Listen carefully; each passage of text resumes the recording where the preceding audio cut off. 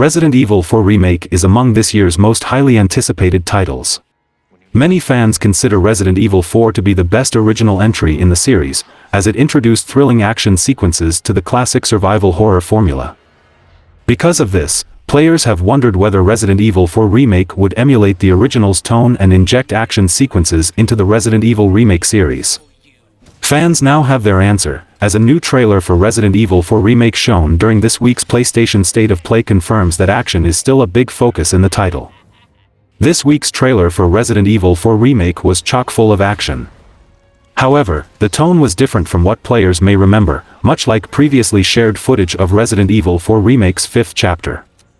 Big action set pieces, such as battling cultists and El Gigantes, feature a much more serious tone.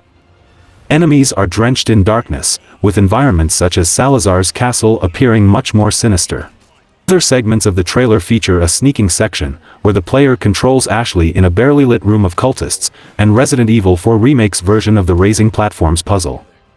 The trailer for Resident Evil 4 Remake implies that the story will also be darker, with a particularly interesting scene of Ashley controlled by the Las Plagas, which didn't appear in the original.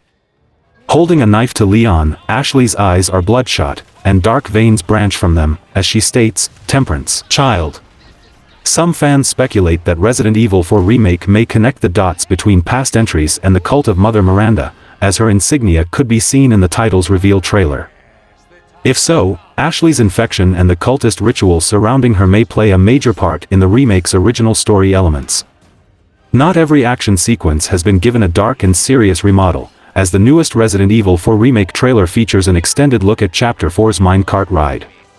The set piece looks just as fun and out of place as it did in the original, with Leon and Luis battling cultists on moving minecarts before launching through the air to a new section.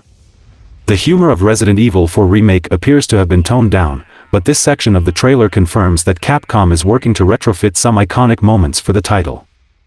In light of the changes made to Resident Evil 4 Remake's gameplay, it's good to see that fans will have the chance to relive some of the original's most ridiculous action sequences. Resident Evil 4 Remake seeks to modernize how players approach the game's combat. In the case of Leon, the title appears to include a complex dodge and parry system, with multiple scenes showing Leon blocking and parrying with his knife. However, the potential biggest change to combat comes in the form of Resident Evil 4's escort sections. Directors for the title confirm that Ashley is set to be self-reliant in Resident Evil 4 Remake, allowing her to take part in combat alongside Leon. The details of her gameplay have not been revealed, but players can expect some new mechanics to be introduced in light of this change. Additionally, fans will be happy to know that finishing moves have been carried over, allowing Leon to defeat enemies with a trademark kick or slam. However, one of the sequences showcased in this week's State of Play trailer included a cinematic button mashing section, implying that combat QTEs may appear in some capacity, which is good.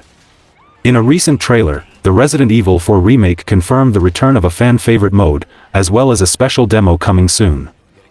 The lead-up to the heavily anticipated remake of the critically acclaimed survival horror action game Resident Evil 4 has been filled with news relating to what is set to return to the game, as well as what is either new or changed.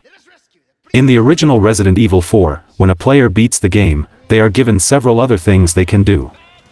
There's the new Game Plus, allowing them to replay the game with all their previous gear and items. There were the two side stories starring the game's side character Ada Wong, Separate Ways and Assignment Ada, which follow her during and after the events of the main game. Lastly, there was one other mode, called the Mercenaries, serving as a game mode where players take on Ganados with several characters from the Resident Evil franchise for higher scores. A new trailer was shown for the Resident Evil 4 Remake during the latest State of Play, ending with the announcement that the Mercenaries is coming back. While nothing was shown of the Mercenaries game mode, its announcement is exciting. The trailer also confirmed that a special demo is coming soon. As a whole, the trailer shows plenty to be excited about. It showcased parts of the castle area with Leon and Luis fighting monks together, including a shot of Leon suplexing a monk. It also showed off Krauser, a boss from the original game, with the iconic knife battle between him and Leon actually being gameplay when it used to be a QTE. Along with that, there was much more in the trailer, including the minecart rides, the Garradors, and a better look at Lord Sadler, the main antagonist. In fact, The Resident Evil 4 Remake even goes so far as adding brand new lines of dialogue, with some of them bringing together wider parts of the Resident Evil universe. During a recently released gameplay preview of Resident Evil 4 Remake, fans got a better look at the iconic Leon vs. Krauser melee boss fight. During this new take on the boss fight, Leon asks his former commanding officer what led him to turning his back on the government, to which he mentions something that happened 2 years ago, to which Leon replies, Operation Javier. To many Resident Evil fans, this little line of dialogue isn't going to mean much, but for long-time players, this is a fun nod to one of the more underrated Resident Evil games. Operation Javier is the name of the first set of missions in the spin-off game Resident Evil: The Dark Side Chronicles. Released for the Wii and the PS3, Resident Evil: The Dark Side Chronicles is a game that follows several different anthology stories set in the Resident Evil universe.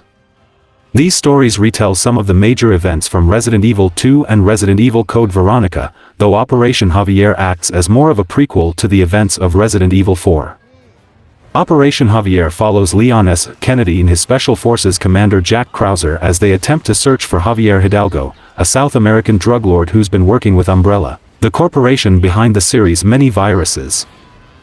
When they arrive at Javier's hideout, a South American village not dissimilar to those found in Resident Evil 4, they soon find that it's been overrun by infected and bioorganic weapons.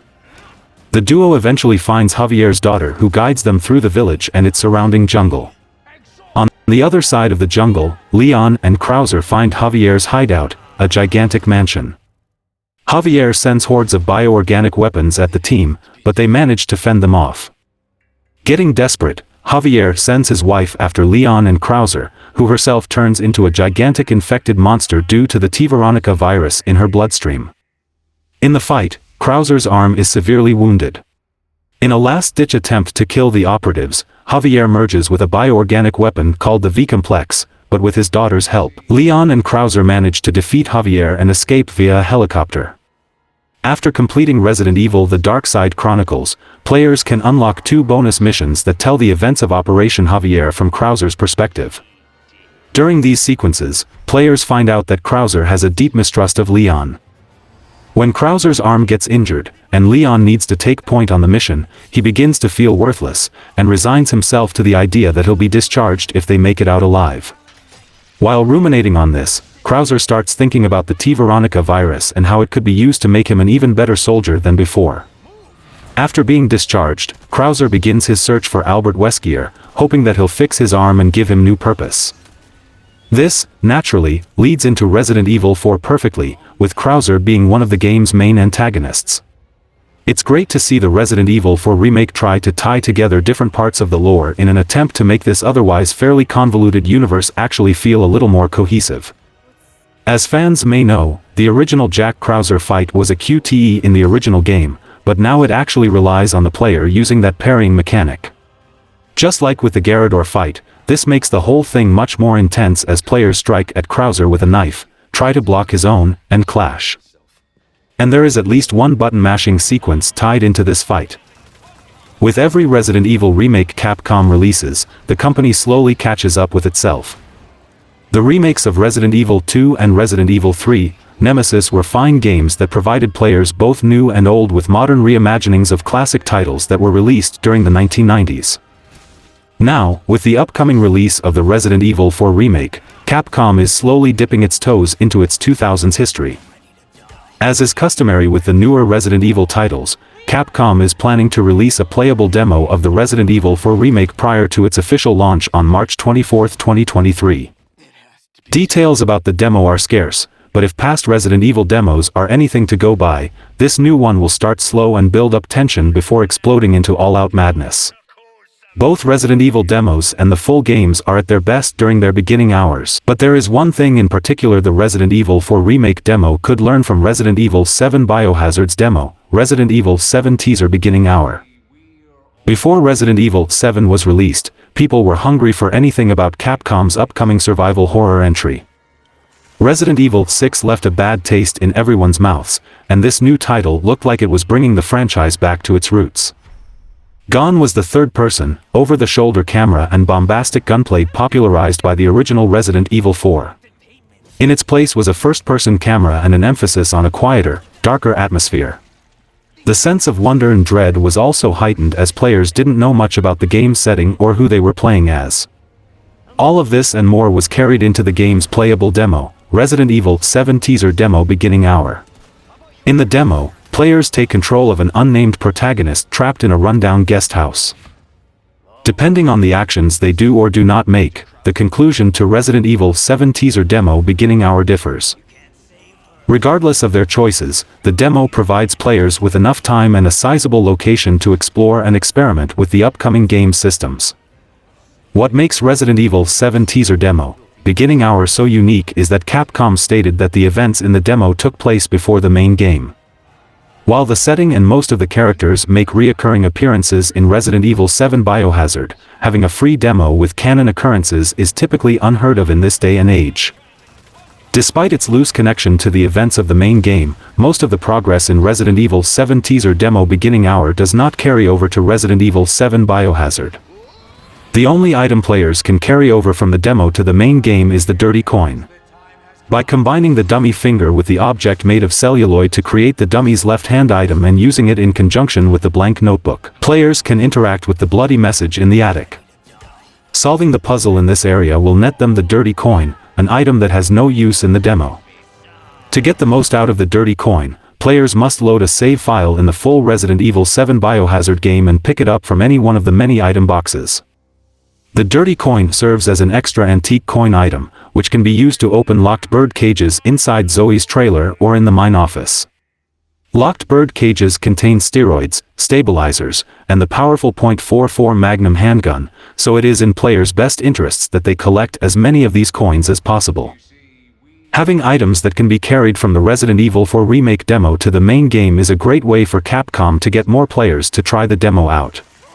The original game has a ton of purchasable items and cosmetics that help Leon, Ada, and Ashley out on their escapades, most of which cost quite a pretty penny. A little extra help getting these items would go a long way for players looking to get that one weapon or attaché case upgrade they need, as it feels like a reward for adopting Capcom's Remake before its official release. With less than a month until the game launches, Capcom is no doubt putting the final touches on the remake of one of the gaming industry's most influential titles. Resident Evil 4's VR mode has officially started development, according to Capcom. The publisher is going to include PlayStation VR 2 functionality in the upcoming Resident Evil 4 Remake. While this functionality was teased in a gameplay trailer in 2022, Capcom has announced now that development on the Resident Evil 4 PS VR 2 mode has begun, indicating that it will be arriving long after launch. Capcom announces a brand new live stream event for next week as it looks to share more details on Resident Evil 4 and a few other upcoming games. Although the Japanese developer has already made its announcements for 2023, fans have been waiting for Capcom to share more details. The newly upcoming event will come as welcome news for many who have been eager for updates. While the company has its slew of games on the way, much of the spotlight has been dominated by massive titles like Street Fighter VI and the Resident Evil 4 Remake. Street Fighter in particular has been generating a lot of buzz, considering the sixth installment comes 7 years after the release of its predecessor. Recently, Capcom offered a closer look at what to expect from Street Fighter VI at PlayStation's State of Play event. Now it appears the developer will be teasing a few of its other upcoming games for 2023. Accordingly, the company's next event will be the Capcom Spotlight, which is a 26-minute global digital live stream event for its 2023 games lineup. Scheduled for March 9th at 2:30 p.m. Pacific Standard Time, the event will showcase details on Resident Evil 4, Monster Hunter Rise Sunbreak, Ghost Trick Phantom Detective, and Exoprimal. Capcom Spotlight will also share updates on the upcoming Mega Man Battle Network Legacy Collection.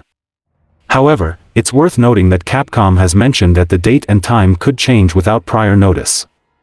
As Capcom Spotlight is set to go live next week, a lot of eyeballs will be on the Resident Evil 4 Remake, and its upcoming demo and PSVR 2 launch updates, so check out the live stream, and we will see if we can get updates on those.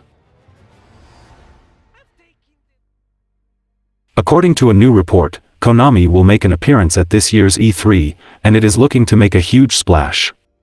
Konami has a long, rich history of games published dating back to the late 1970s.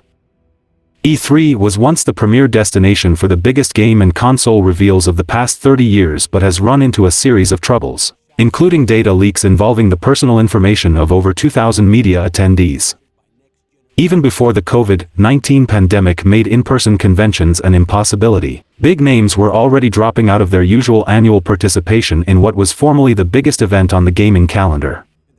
It's gotten to the point where Xbox, Nintendo, and Sony will not participate in E3 2023. Konami has seen its fair share of dramas over the years, primarily with its fraught relationship with its star game designer Hideo Kojima, the mastermind of the Metal Gear series. According to sources from the VGC, Konami is planning to reveal the long-rumored remake of Metal Gear Solid 3 Snake Eater at E3. It is also supposedly showing off a revival of the Castlevania series and at least some of the Silent Hill games the studio has in the works. The last Metal Gear game of any kind released by Konami was 2018's Metal Gear Survive, which was generally viewed unfavorably by fans.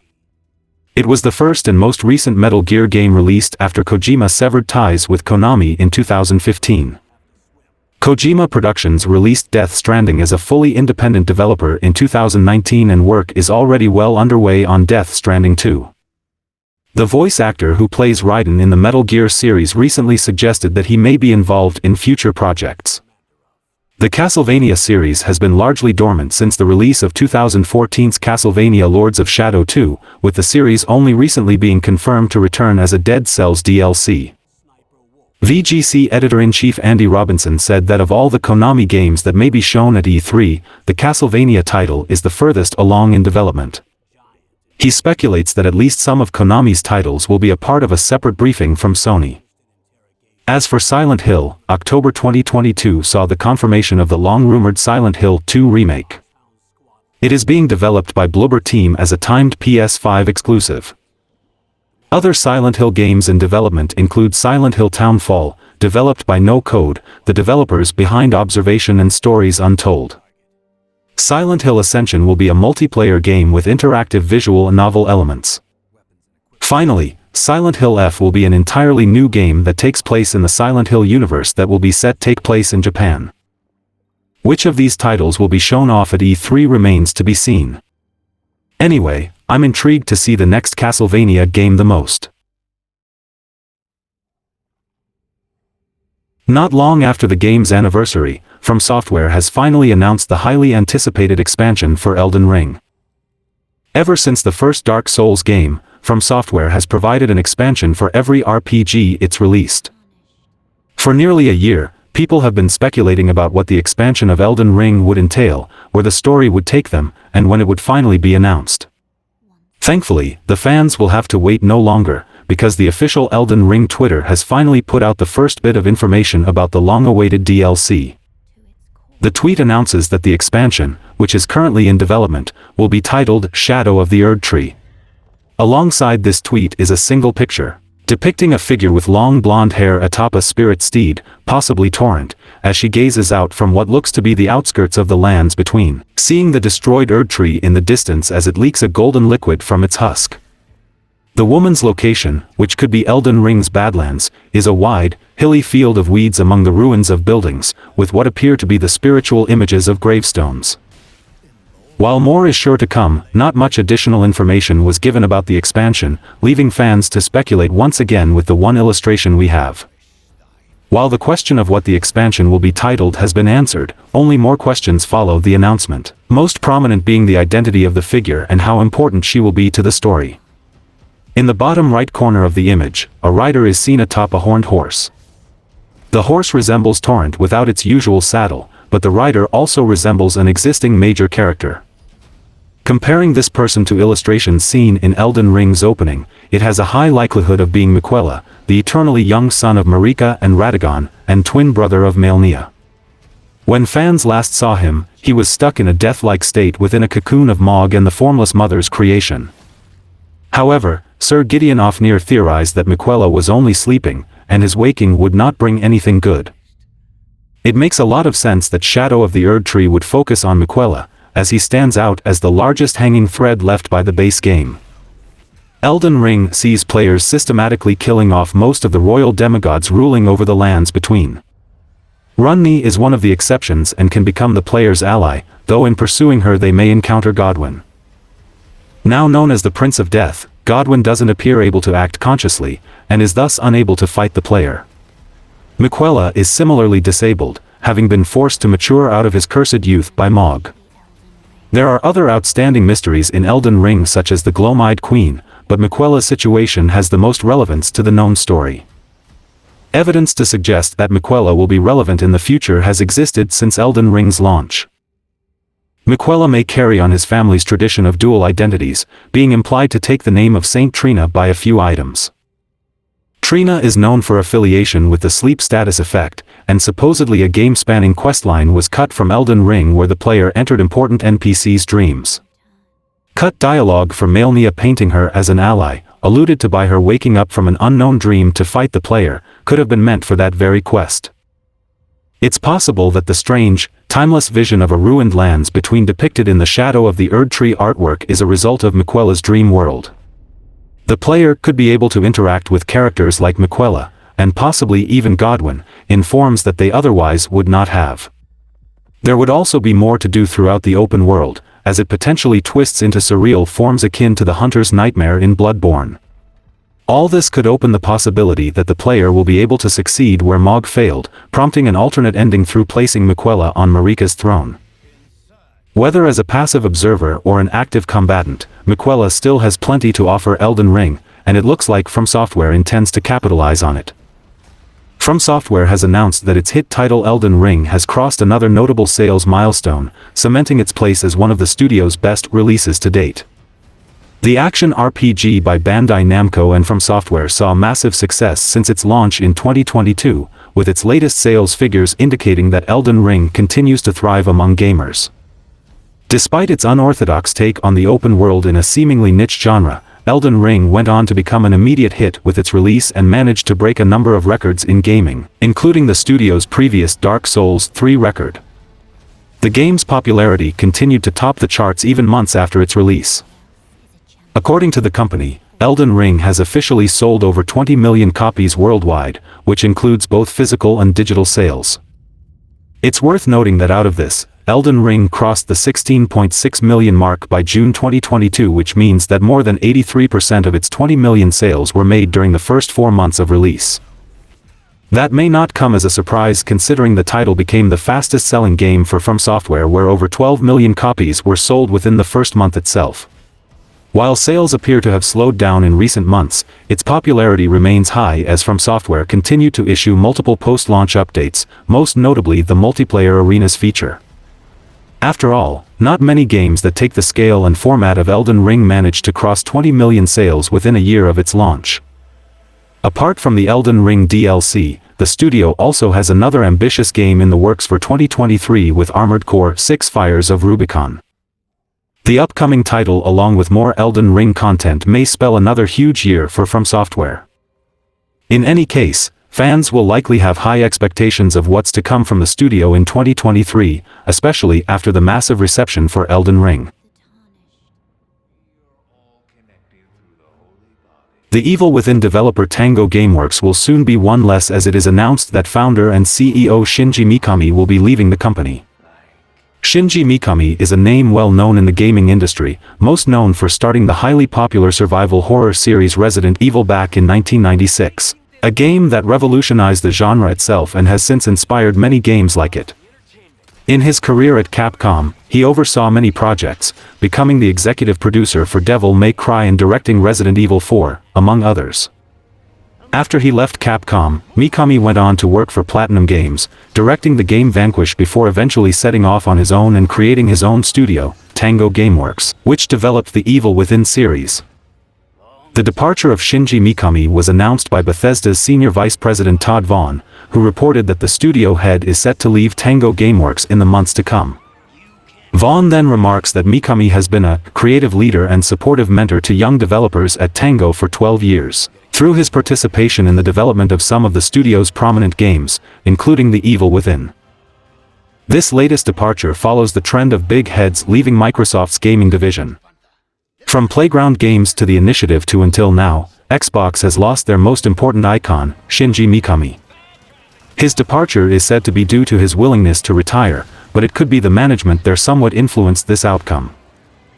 He could be retiring or he could end up on Capcom, PlayStation, or be collaborating with Toyama and Bokeh Games Studio, the creator of Silent Hill. Or he could build his own studio again from the ground up.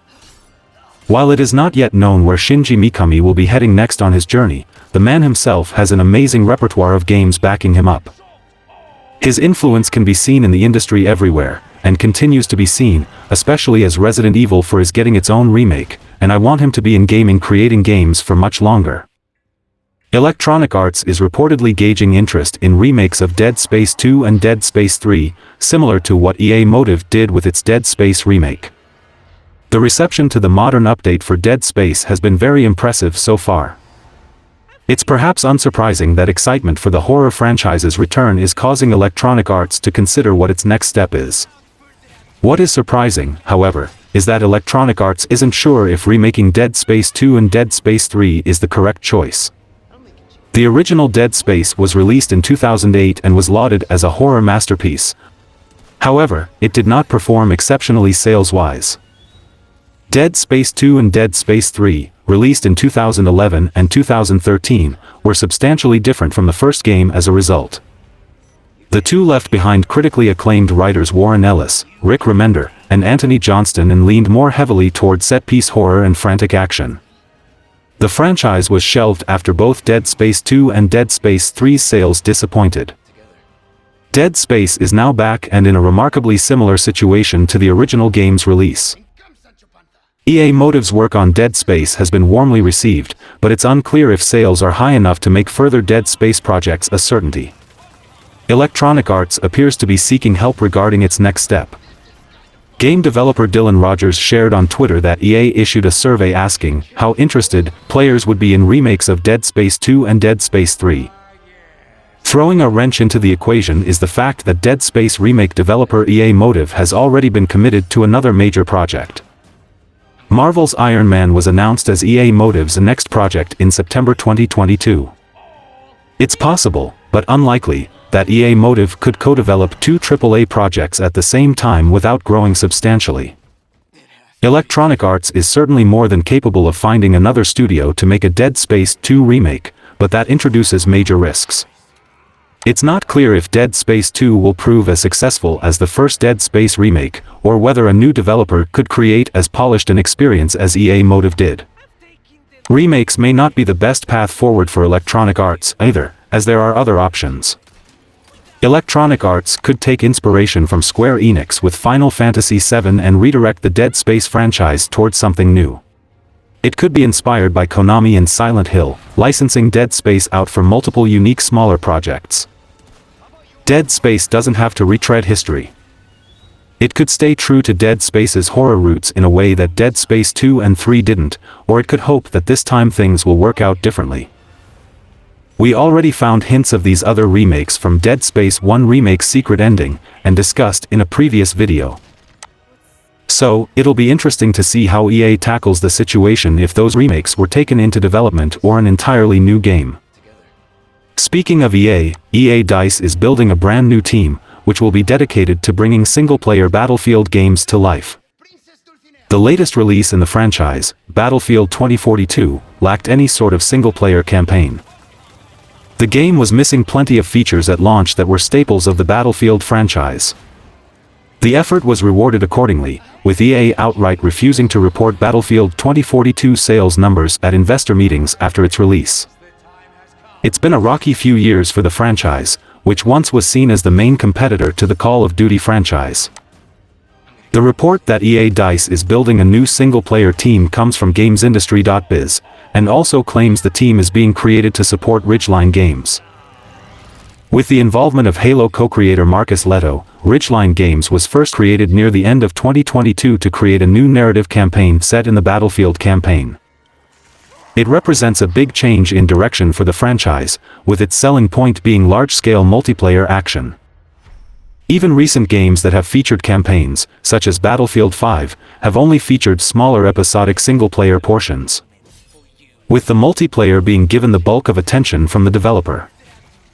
While there has been no news on the development of Ridgeline Games' single-player Battlefield title, speculation could now run rife with EA DICE determining that help is necessary. Ultimately, if this is due to overambition, this can only be a good thing for players. With the small scale of recent Battlefield single-player portions, it will be a relief for players to finally have a full-length Battlefield campaign to experience. Until the game arrives, players will have to endure through this turbulent moment for the series, with Battlefield Mobile also ceasing development with the studio closing down. While Battlefield is confirmed to continue, the franchise is at an important point in its history. Its popularity is waning, with the Battle Royale now king among casual shooter fans.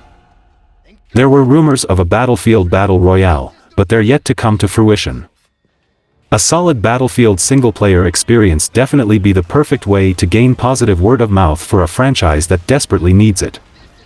In the meantime, Battlefield 2042 continues to receive a constant stream of post-launch support, as EA DICE tries to bring the game to the state expected at launch. Details regarding 4 unannounced Assassin's Creed projects have leaked, according to a recent report. Ubisoft currently has multiple major Assassin's Creed projects in development that have already been announced, as the publisher seeks to return to annual releases in the franchise. Yet those projects may be just the start of Ubisoft's Assassin's Creed plans, with the leaked games hinting at a much more diverse range of experiences being offered as part of the franchise. In September 2022, Ubisoft announced 4 new Assassin's Creed games being in development. Assassin's Creed Mirage is tentatively planned for release in 2023 and is seen as a shorter, smaller return for the franchise. The other projects are referred to as Codename Red, Codename Hex, and Codename Jade, set in feudal Japan, the Holy Roman Empire, and ancient China, respectively. The first 2 games make up Ubisoft's Assassin's Creed Infinity effort, while Jade is a mobile game. A new report from Insider Gaming claims that Ubisoft Studios have made a new series of pitches for what will be Assassin's Creed next wave of releases, 3 of these being full-fledged Assassin's Creed releases. Those 3 projects are Ubisoft Chengdu's Project Raid, a 4-player co-op PvE game, Ubisoft Sophia's Project Nebula, based in India, the Aztec Empire, and the Mediterranean. And Ubisoft Onsea's Project Echoes, a multiplayer game based on Ubisoft's Scalar cloud technology. The 4th leaked project from Insider Gaming's report is actually a sequel to another unannounced Assassin's Creed game. Project Nexus is an Assassin's Creed VR game said to be planned for an announcement at E3 this year. The 4th game is said to be Project Nexus 2, another VR project. In all, that brings the number of known Assassin's Creed projects up to 10. There's Mirage, Red, Hex, and Jade, which Ubisoft announced last December. Then there's the multiplayer Assassin's Creed game Invictus that Ubisoft also announced in 2021. Nexus, the VR game, is set to be announced soon. Then there are these 4 newly leaked projects, Nexus 2, Raid, Nebula, and Echoes. One source for this latest round of Assassin's Creed leaks says that Ubisoft is going all in on the franchise, as well as other major franchises. But it should also be made clear these new Assassin's Creed projects are referenced only as pitches. Ubisoft isn't necessarily dedicated to this direction, and the report itself may not even be accurate in the first place. Still, given Ubisoft's past push for annual Assassin's Creed releases and the success it had then, it wouldn't be surprising to see it happen again. Fans of Massive Entertainment's action role-playing third-person shooter will be disappointed to learn that it appears The Division 3 is currently not a priority for Ubisoft.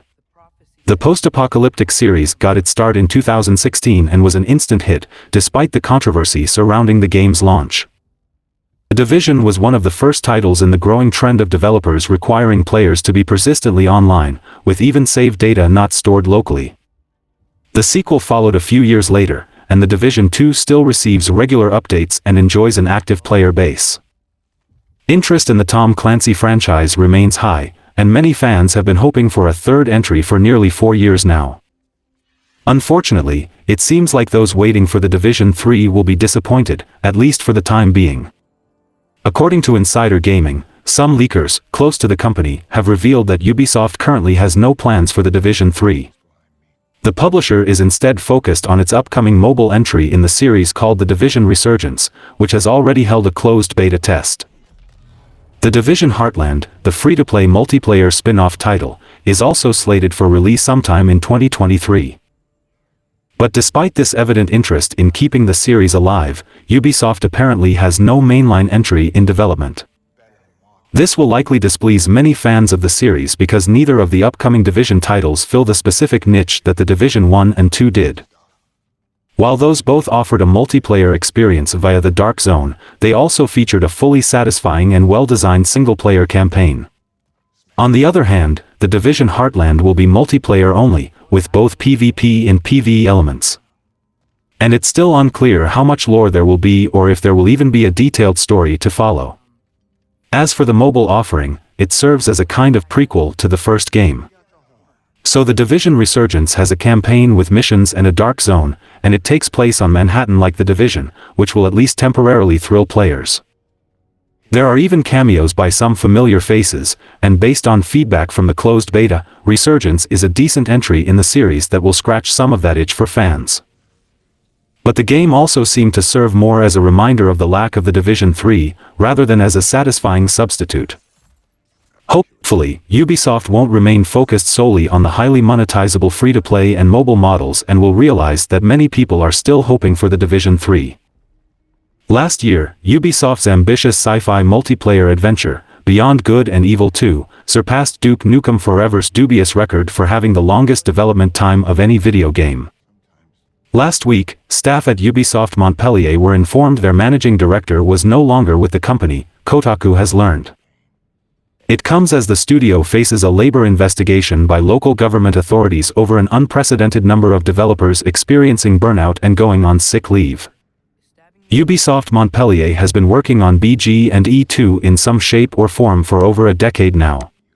The follow-up to the original 2003 cult hit starring photojournalist Jade has turned into one of the most notoriously beleaguered productions at Ubisoft and in the games industry in general. Now, with the game still not even technically in full production, it faces a personnel shakeup among its core team and an investigation by the Inspection du Travail in Montpellier, France. According to 3 sources familiar with development who wished to remain anonymous because they were not authorized to speak about it. The health and wellness of our teams is an ongoing priority, a spokesperson for Ubisoft told Kotaku in an email. Given the length of the development cycle with Beyond Good and Evil 2, the Montpellier development team is undergoing well-being assessments through a third party for preventative measures and to evaluate where additional support may be needed, the studio told staff. Last week that managing director Guillaume Carmona, who had previously been absent since the beginning of the year, would not be returning and had left the company. No reason was provided citing legal confidentiality. Carmona, a nearly 2-decade veteran of Ubisoft who began in marketing, left its Paris office in 2019 to become head of the studio best known for creating Rayman. Carmona declined to comment when asked about why he was not longer at Ubisoft. His departure comes after a year which saw dozens of developers at Montpellier going out on extended leave for stress or sickness, including many leads. According to 3 sources familiar with the studio's operations, some came back, while others eventually left the studio altogether, eventually sparking a visit from the French Labor Inspection Office last December. Kotaku understands that a third-party entity has now been tasked with interviewing employees at Montpellier and providing a full report on the health and well-being of the teams. A representative of the Labor Inspection Office declined to comment, citing confidentiality.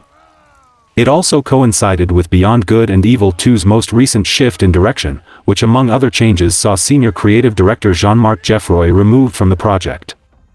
Kotaku understands that he has been replaced by Émile Morel, previously the game's associate director. Charles Gaudron, meanwhile, has become the new game director following the departure of Benjamin Dumas.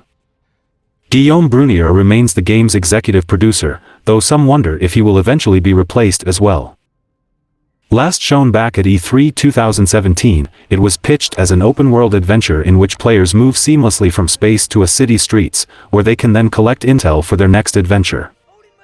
The game would feature customizable ships and online multiplayer. It sounded incredibly ambitious at the time, and the project has been hampered by a number of tech, design, and organizational challenges in the years since. Michel Ancel, the original game's director, was reportedly toxic to work with while also often absent from production. He ended up resigning in 2020 amid a larger reckoning with workplace abuse at Ubisoft.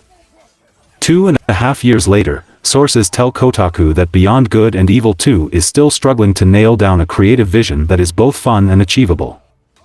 Beyond Good and Evil 2 is one of several modern games that are trapped in development hell. And if the latest round of allegations about what's happening with the staff at Ubisoft Montpellier are true, this isn't likely to change anytime soon. Sources claim that dozens of developers have already permanently left the studio. And Ubisoft itself has admitted that a third party for preventative measures is looking into the situation to provide a professional evaluation. Some Beyond Good and Evil 2 devs anticipated its cancellation late in 2022, citing issues with the creative direction of the game. Another problem that got brought up was the notion that the project simply didn't mesh with the direction that other Ubisoft productions were taking.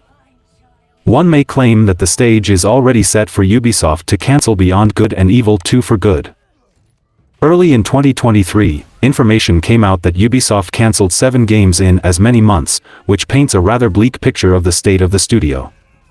Depending on what the labor investigation discovers about Ubisoft Montpellier, its long-awaited title may well be the next on the cutting block. It's really sad to see not seeing the game in good condition. I hope we get update on this soon. Ubisoft is closing down several European locations, including its Ubisoft Benelux office, citing external factors impacting the company's physical game sales. Layoffs have been occurring across the video game industry in recent months, with the current financial year coming to a close. Ubisoft hasn't been absent from this wave of cuts, and perhaps stands out as one of the most severely impacted companies. The newly confirmed closures are just the latest step Ubisoft has made as part of a series of cuts. In mid-January, Ubisoft confirmed cost-cutting efforts as it moved toward a targeted restructuring. The most public of these cuts was the confirmation of 3 cancelled game projects, on top of 4 cancellations from mid-2022. The oft-delayed Skull and Bones had also been pushed back once more. Ubisoft said at the time that developers on those projects would be shifted to other titles as applicable, but layoffs were later confirmed to be ongoing.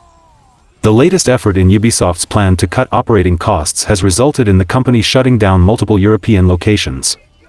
An internal email that was leaked publicly confirmed that Ubisoft management decided to close a number of subsidiaries in Europe. These shutdowns include the Ubisoft Benelux office and the layoff of most of the location's employees starting April 1st. As explanation for the closure of Ubisoft Benelux and other European Ubisoft locations, the company referenced several challenges due to external factors. Listed factors include falling physical game sales, digitizing communication channels, a shift toward free-to-play games over major retail releases, and both mobile and seasonal projects being prioritized over physical products. In other words, Ubisoft's moving more toward online experiences and online work is leading to less need for infrastructure to support physical products. While it isn't entirely clear what each of the locations Ubisoft is closing down was responsible for, Ubisoft Benelux is implied to have handled the market of Belgium, Netherlands, and Luxembourg. That would include marketing and distribution. Ubisoft says that it's planning to outsource the distribution of physical games within the Benelux, with a distributor to be announced at a later date. It's unlikely that this will be the last step in Ubisoft's continued efforts to reduce operating costs, but with the end of the fiscal year approaching, it's unclear if cuts will continue past April. Ubisoft's shift toward online games has had serious consequences, particularly since many games haven't found an audience. If recent leaks are to be believed, it may be moving back toward more traditional AAA game releases, though. Here's hoping Ubisoft is able to find the stability necessary to prevent further cuts in 2023 and beyond. Hogwarts Legacy has sold more than 12 million copies worldwide in its first 2 weeks on PlayStation 5, Xbox Series X and S and PC. The news was announced alongside Warner Bros. Discovery's financial results for the 9 months ended December 31, 2022. With the company adding that the fantasy action RPG has also generated $850 million in sales since its launch on February 10. Looking at the company's results, Warner Bros. Discovery reported revenues of $11 billion for the first 9 months of its fiscal year, of which content, encompassing its TV licensing, home entertainment and video games businesses, accounted for $3.6 billion. It's hard to parse the specific performance within the game segment, partly due to it being mixed in with content. And partly due to the Q1, Q3 fiscal year results being skewed by Warner Media's merger with Discovery last year. But the company did give some insight into how well its video games business was performing. Nonetheless, President and CEO David Zaslav described games as a core part of Warner's overall strategy, with Chief Financial Officer Gunnar Wiedenfels saying the company is releasing 6 titles in 2023. The first was Hogwarts Legacy, with the Rocksteady-developed Suicide Squad, Kill the Justice League due later this year. There was no mention of Gotham Knights, which was the publisher's big Q4 release and launched to mixed reception. Hogwarts Legacy has emerged as the biggest game for WB Games merely weeks after launch, according to the company's recent sales figures. Even though it's barely a month old, Hogwarts Legacy has already managed to set several records as fans around the world look to experience Avalanche Software's open-world RPG. However, Avalanche Software did state that there are currently no plans for DLC for Hogwarts Legacy or if any multiplayer elements are in the works. But that hasn't stopped fans from adding Hogwarts Legacy multiplayer mods themselves. Interestingly, there are also rumors of a possible Hogwarts Legacy TV show underway, though no official announcement has been made. Either way, it appears fans can expect more Harry Potter content from Warner Bros. In the coming future. Warner Bros. Has kept the Mortal Kombat franchise going strong over several generations of consoles. But the developer may have accidentally confirmed the latest installment ahead of when it meant to.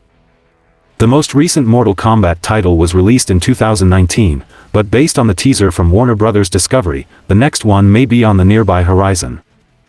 During the latest Warner Bros. Discovery quarterly earnings calls, one of the executives confirmed that the company is working on Mortal Kombat 12 as has been hinted at. Though companies like Warner Bros. Are known for confirming big titles during events similar to State of Play or E3, there are occasional tidbits that come out of earnings calls like the aforementioned one. Though Mortal Kombat 12 was teased during the call, it remains unclear just how long fans of the franchise will be left waiting until the next title releases. It was confirmed during the Warner Bros. Fourth quarter 2022 earnings call that both games are expected to release this year with ambitious launch projections.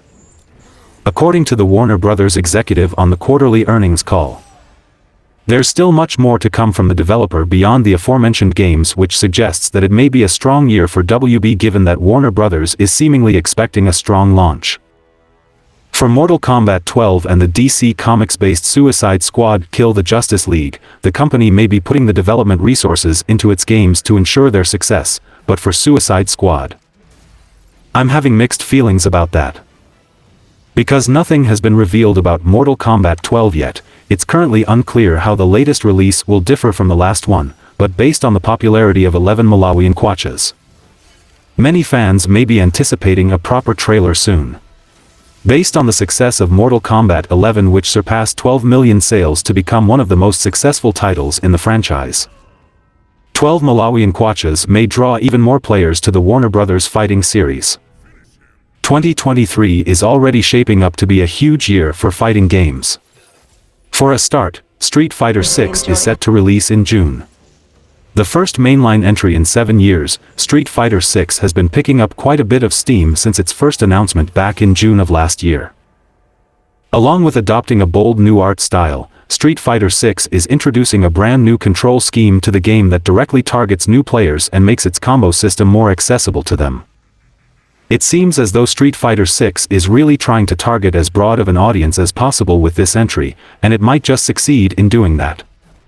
Another fighting game juggernaut, Tekken 8, could release this year.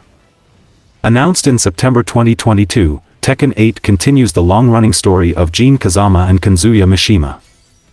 According to its developer, Tekken 8 will focus on more aggressive gameplay, even including a new heat gauge mechanic along with bringing back Tekken 7's rage moves. Though an official release date hasn't been confirmed, rumors suggest that Tekken 8 could launch as early as winter this year. As if those two weren't enough, the fighting game genre is also seeing 2 big-name titles get huge expansions this year. Both Guilty Gear Strive and King of Fighters are still receiving their Season 2 updates, which add a slew of new fighters to each game. Guilty Gear Strive is set to receive at least 2 new characters by the end of 2023, while King of Fighters will get a whopping total of 5 by the end of the year. Mortal Kombat is arguably the biggest ongoing fighting game franchise around right now, with Mortal Kombat 11 selling over 15 million copies. So there's no doubt Mortal Kombat 12 would still likely perform very well if it was released in 2023. But it's also very likely that releasing in such a crowded market could result in less sales.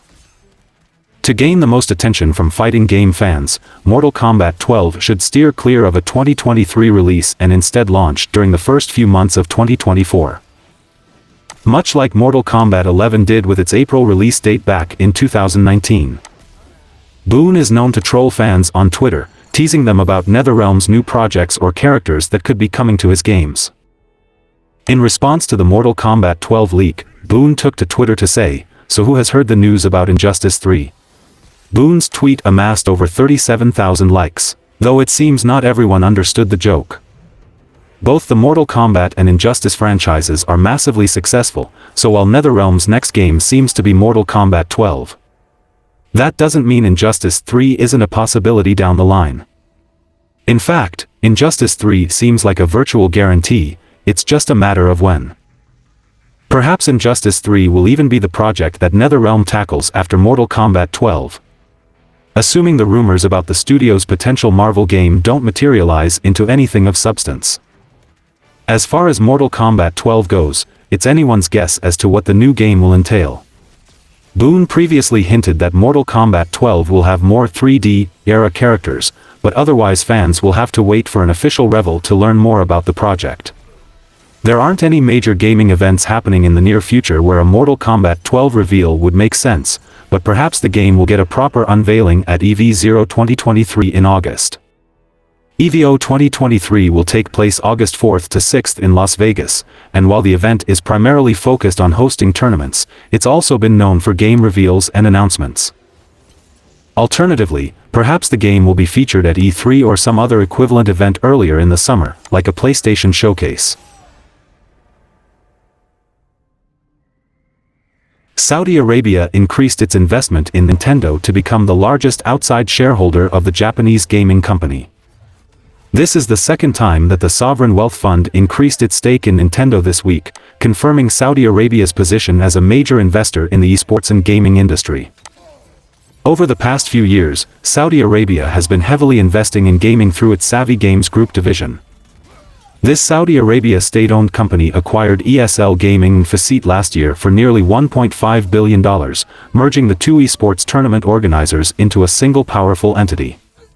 The Saudi Arabian Public Investment Fund also owns stakes in major gaming companies such as Capcom, Nexon, Activision, and Embracer. Mohammed bin Salman, Crown Prince of Saudi Arabia and chairman of the board of Savvy Games Group, stated that the country's ambition was to make Saudi Arabia the ultimate global hub for the games and esports sector by 2030.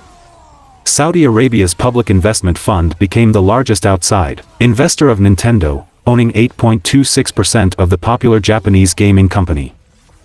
Through the Savvy Games Group, Saudi Arabia increased its holding of Nintendo shares from 6% in January to over 8% 1 month later. This investment is part of Saudi Arabia's plan to invest largely in the gaming market, putting it ahead of Japan's government pension investment fund but behind Nintendo as the largest shareholder of the company that created iconic franchises such as Mario and The Legend of Zelda. Saudi Arabia's investments in gaming companies aim to place the country as a major player in the industry, with a presence ranging from esports tournaments to major game developers and publishers. Saudi Arabia's public investment fund in both Capcom and Nexon is said to be valued at over $1 billion.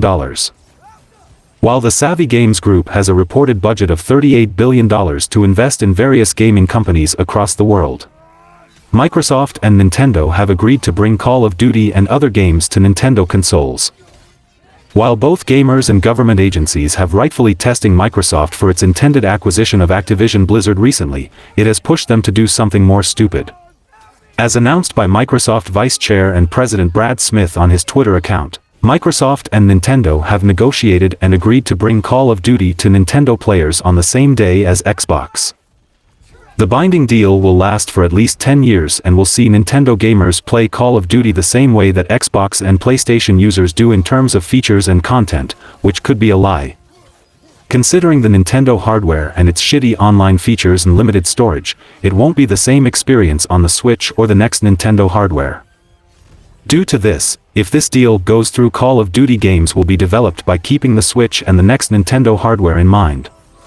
That it could hinder the ambition and scale of the games moving forward. The Activision deal has been regularly taking the spotlight as regulators continue to voice concerns over the potential implications of the acquisition. Though it's not merely regulatory bodies, nearly half of Xbox's rivals are reportedly concerned with the Activision purchase. A big reason for this opposition is the fact that the acquisition would give Xbox exclusive rights to Call of Duty, Overwatch, Candy Crush, and a host of other massive franchises. This could mean Microsoft may potentially exercise its exclusive control over these IPs, particularly via its Xbox Game Pass and cloud gaming services. Microsoft has announced that it's bringing the Xbox library of PC games to Nvidia's GeForce Now platform. According to the agreement, Microsoft will bring Xbox's slew of PC games to Nvidia's GeForce Now service under a 10-year partnership with the company. The announcement claims that under the agreement, players can stream PC games bought on the Windows Store along with third-party titles that ship with streaming rights to Nvidia. Xbox PC games available in third-party stores like Epic Games Store and Steam can also be streamed on GeForce Now.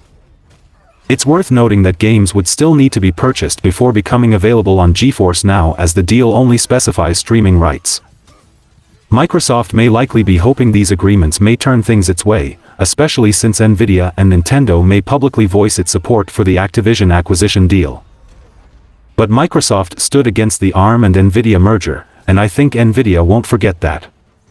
So far, PlayStation CEO Jim Ryan has called Microsoft's Call of Duty agreement inadequate on many levels. Regardless, it will be interesting to see how the events surrounding the Activision acquisition will pan out.